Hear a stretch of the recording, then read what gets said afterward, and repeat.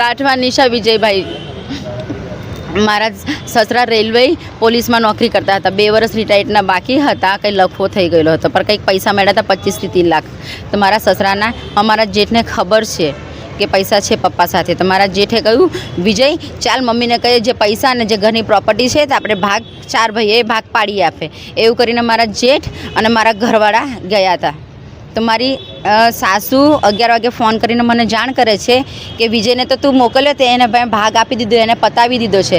હવે તારો વારો છે, તને મેં ભાગ આપું છું, તું આવી જા.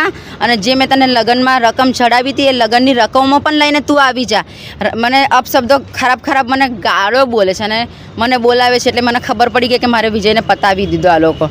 અને હું જતી તો મને પણ પતાવી દેતી. લાકડી લોખંડ લાંબી લાકડી છે, પણ સળિયાવાળી વીટેલી લાકડી છે અને માથામાં આખું માથું ફાડી કાઢ્યું છે. કઈ જગ્યાએ બોલાયેલા તમે? એ લોકોને ખાટિયાવાડ બોલાવ્યા. ખાટિયાવાડ મારી સાસરી ત્યાં ગયા હતા 2 ભાઈઓ. મારે ન્યાય જોઈએ, કડકમાં કડક સજા જોઈએ.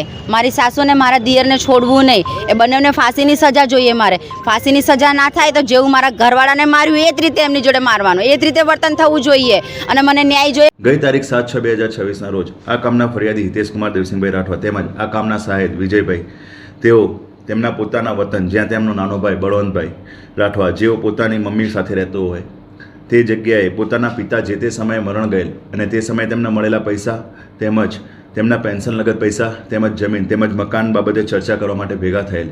તે સમય દરમિયાન આ કામના ફરિયાદી તેમજ આ કામના મુખ્ય આરોપી બળવંતભાઈ રાઠવા વચ્ચે ઉગ્ર બોલાચાલી થતાં, જેમાં ઝપાઝપી ચાલુ થતાં આ કામના સહાયક વિજયભાઈ રાઠવા વચ્ચે પડતા, જેથી નાનો ભાઈ બળવંતભાઈ રાઠવા જે આ કામનો આરોપી છે તે એકદમ મુશ્કેલાઈ જઈ અને જે ઘરમાં લાકડાનો ડીંગો જેના ઉપર વાયર વીંટળાયેલા હતા તે ઉપાડી અને આ કામના સાહેબ વિજયભાઈ રાઠવાને પાછળના ભાગે મારતા તેઓને પ્રથમ સારવાર માટે ક્વાટ, ત્યારબાદ બોડેલી અને ત્યારબાદ વડોદરા લઈ ગયેલા. ત્યાં સદરુ સાહેબનું મૃત્યુ થયેલ છે. સદરુ કામના ફરિયાદીના પિતા જે તે સમયે પોલીસ ખાતામાં ફરજ બજાવતા હતા અને તેઓ નિવૃત્ત થતાં તેઓને જે પેન્શનના પૈસા તેમજ જે રિટાયરમેન્ટના લાભ મળેલા તે તમામ પૈસા હાલમાં જે સૌથી નાનો દીકરો બળવંતભાઈ હતા એ એમની પાસે રાખેલા અને તેમની માતાનું પણ જે પેન્શન આવતું હતું એના પિતાના મરણ ગયેલા પછી એ પણ પૈસા એમની પાસે રાખતો હતો, જેના કારણે પૈસા લગત તેમજ મકાનની પ્રોપર્ટીના વાદ વિવાદમાં ઝઘડો થયેલ હતો.